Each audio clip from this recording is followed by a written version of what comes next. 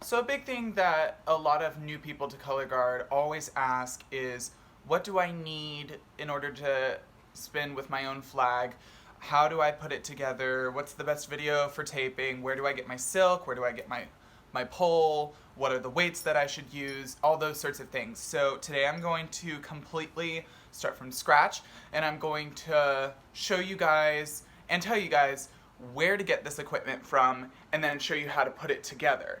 So that way you have your own flag at home to spin with if you want to, or if you're a teacher, you're brand new to Colorguard, you have a way that is universal for your entire team to tape their flags, so that way you don't have accidents of the flag coming apart, or they all look the same, that sort of thing. So without a further ado, we're gonna go ahead and jump into taping a flag. Alright, so these are all the things that you really need in order to tape a flag together. So the first thing you obviously need will be your pole. Your pole needs to be about 6 feet standardly of aluminum, and it's hollow in the middle, so it's got like a hole, so that'll be where you can put your weights. You can typically order these from any site that uses DSI, Director Showcase International, for their merch seller, but you can also get it off of like Amazon, or you could just go to Home Depot and you can definitely find aluminum poles. The next thing that you're going to need for the weights are going to be bolts, really of any size, and weight doesn't matter. Obviously the bigger that they are, the heavier that they're going to be on the flag, which is ultimately going to make the flag spin a lot heavier. I prefer a nice middle weighted flag. I don't want it to be too light because then it's like a feather, but I also don't want it to be too heavy because then it sometimes weighs the flag down.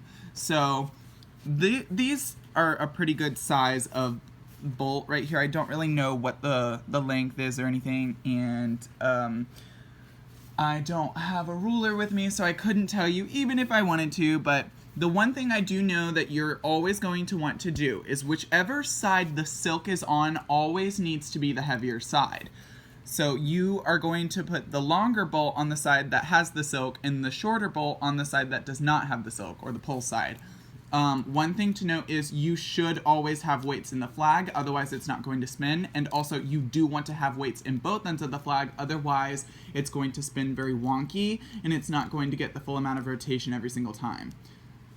So that's really my tidbits for weights and bolts and stuff.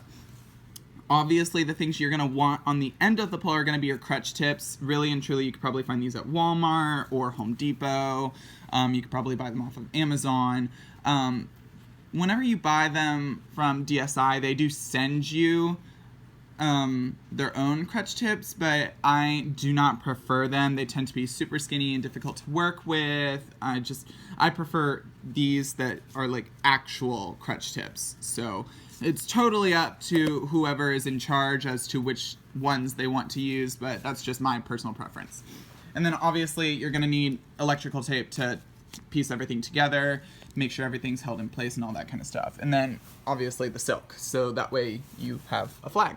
Alright, so these are all the parts that you're going to use, and now I'm going to show you how to put them all together. Awesome. Alright, so now that I have shown you all the pieces that go into making your flag, I'm going to show you how to piece them together. So, the first thing that you're always going to want to have is your pole. So, this pole is 6 feet long, right? Standard size, 6 foot. The first thing that you're always going to want to do is you're going to want to put your cheater tapes on the pole, and since it is a 6 foot pole, you're always going to want to put them at 1 foot increments. So really you could just get a ruler and place it on the pole, and you could place it on the pole, and it will, you'll place a tape at every foot, so that way you have your measurements for where you'll be grabbing on the pole whenever you're referencing exercises or hand grabs or tosses and all that kind of stuff. So for my pole, it's already done. I don't really waste a lot of time with the cheater tapes. Really and truly, you can just wrap it around a bunch of times until it's nice and thick.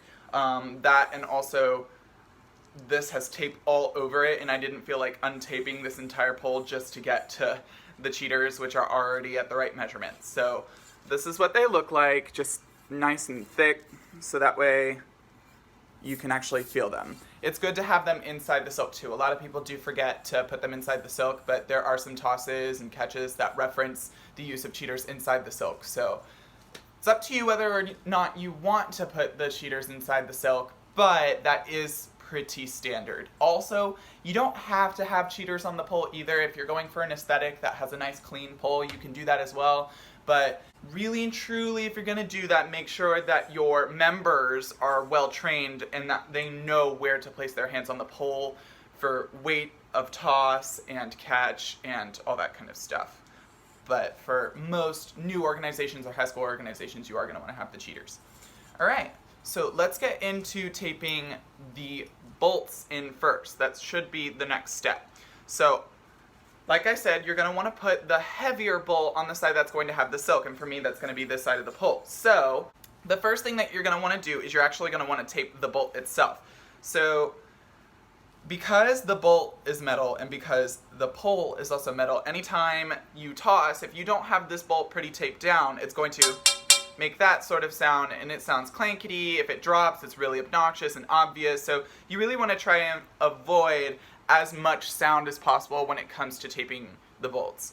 So the first thing you're going to do is at the very bottom of the bolt, you're literally just going to go around and around. Does not have to be pretty. Obviously, the bolt's going to be inside of the flag, but you're just going to keep going around and around and around until it's nice and thick at the bottom.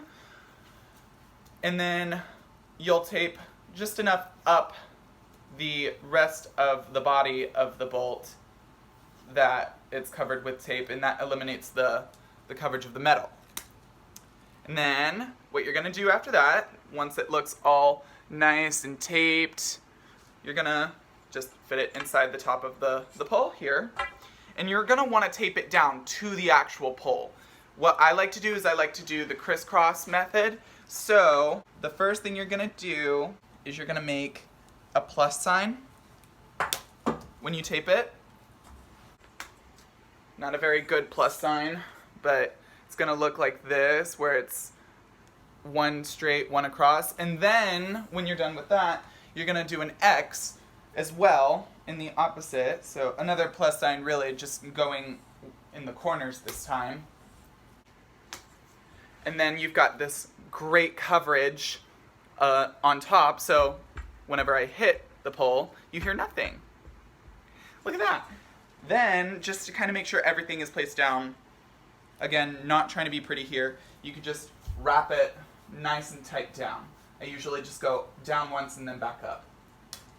Boom. There. Now I've got a taped bolt. Then, once I'm done with that side, I'm going to go onto the other side with the smaller bolt for the pole side, so that way I have a pretty good, decent amount of weight in my flag. I'm just going to do this side pretty quickly, because it's all the same method, really.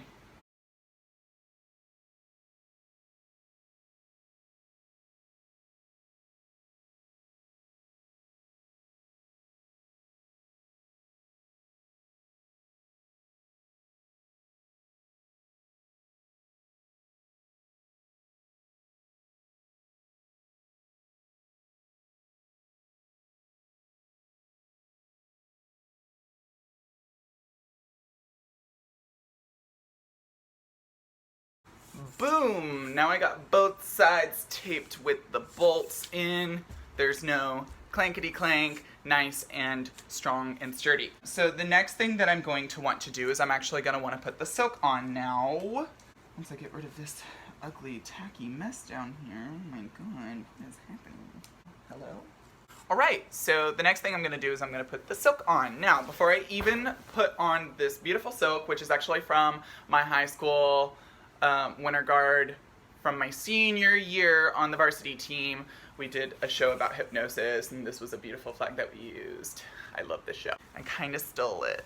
Sorry, Joe. Just talking about where you can buy silks. You can buy them from a bunch of different, merchants. You can buy them like practice silks off of Amazon. You can go to any vendor that supports CSI, like really and truly. But I like to get my silks from bandtoday.com or bandshop. Really, either of those work fabulously. I've gotten mine from bandtoday.com in the past. really and truly it's up to you, but you can design personal silks. You just create a design template and send it into them and they'll print it onto the flag, or you can just get standard practice flags or sewn together flags. Really doesn't matter. But yeah, that's kind of where I like to get my silks from. I've already started.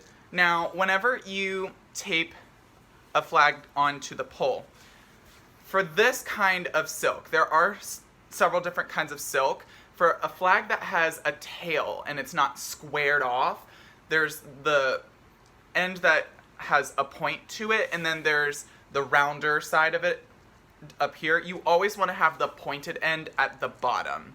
Unless your aesthetic calls for having the flag upside down, the longer side is going to be towards the middle of the pole.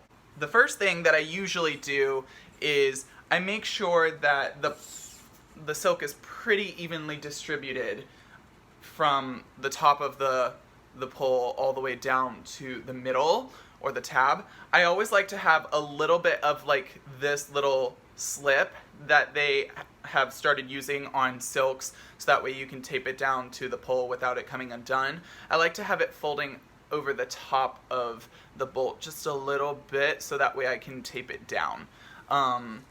Once I've done that, I kind of just go ahead and tape down the tab, so that way I don't have to worry about the silk moving from the position that I've already found. So the first thing I'll do is I'll tape down this little slip that they have created down here as well. Just tape that down until I'm covering everything, and then I'll go back up another time just to make sure that it's nice and taped down. And then what I'm going to want to do, because one thing that super bothers me is whenever there's like a little bit of pull showing underneath the silk. I don't know why that bothers me. It's just not a pretty aesthetic to me. So I like to go up into the flag just a little bit until there's no pull. It's okay if you scrunch it up just a little bit, because you can always tug on it later and free it a little bit more. And then I'll go back down towards the very middle of what I've taped. This does make my tabs a little bit bulkier and longer.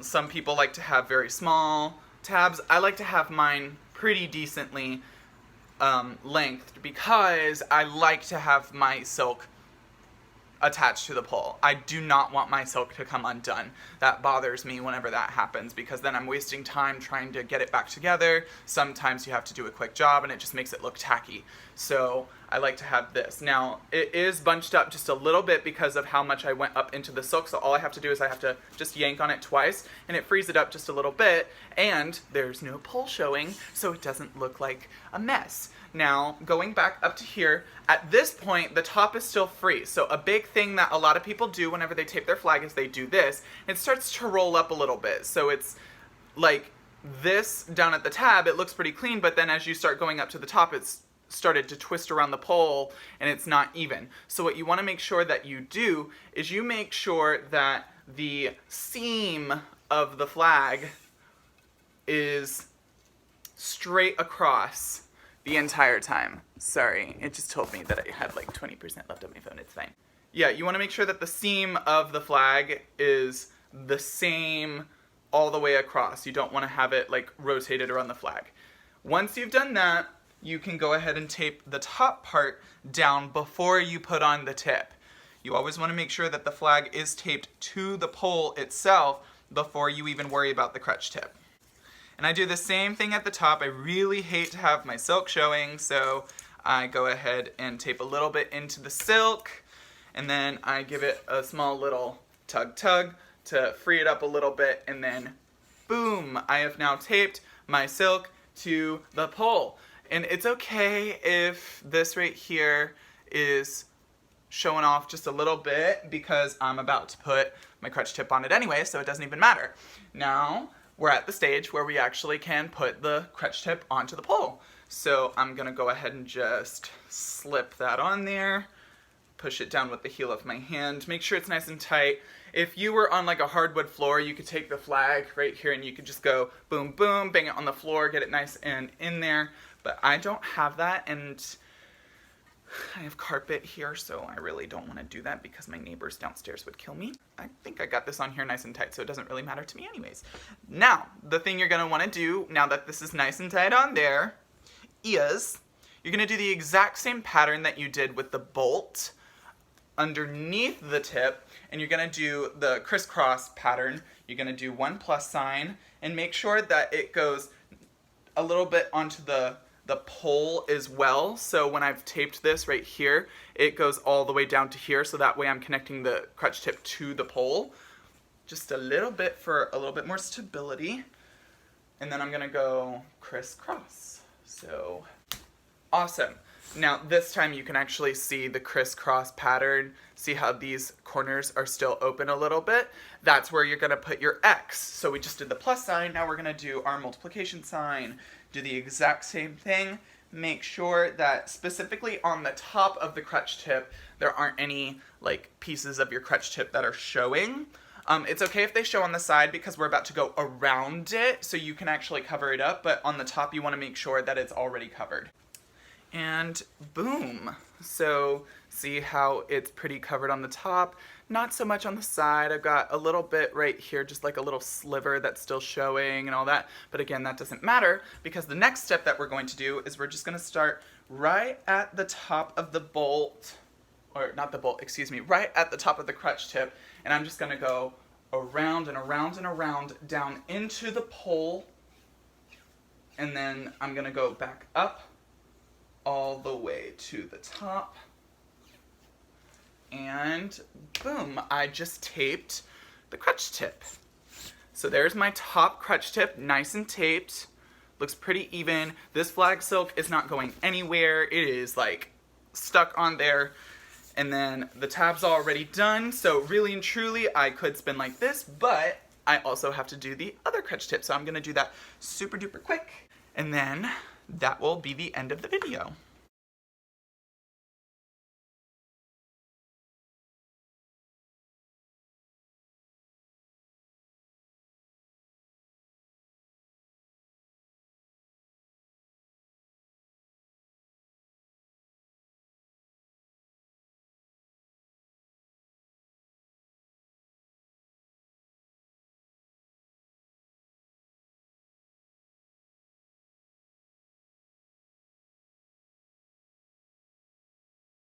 And voila! I now have a freshly taped flag. Both of the tips are on, the bolts are in. There's no bajankety clickety click whenever I mistakenly drop my flag. Who drops? Not me. Very pretty. Oh no, there are holes in my silk. That's what happens when you use your silk and you drop a lot, you get holes. So that's how you tape a flag. I would go outside and like exhibit my freshly taped flag, but it's cold. Like 32 degrees cold. And I know that there are some northern people up there who are from like New York and stuff who are like, that's not cold. We get colder all the time. I practice in like 6 inches of snow and all that kind of stuff. Well, I'm from the South and I'm from Georgia, and let me just tell you, 32 degrees, it better be snowing, okay? For it being that cold, it better be snowing. In all seriousness, I'm not gonna go outside and spin in that cold because I don't feel like it. That's it for today's video. If you have any questions or if there was anything that was like super confusing, you can obviously leave a comment. Hello? Oh my god.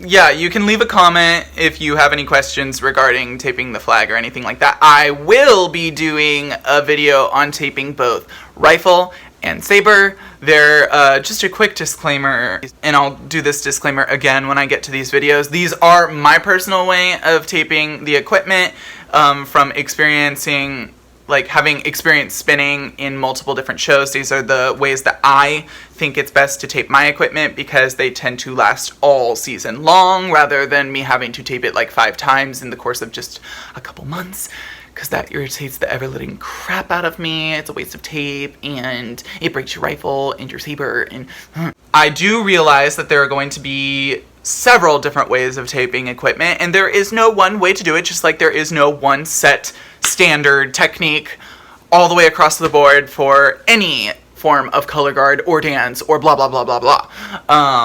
But it is a matter of what do you prefer and what do you want your group to look like, what is your image, and that sort of thing. So this is my image that I'm sharing with you that you can like spread to your students or you can use for your organization or anything under the sun.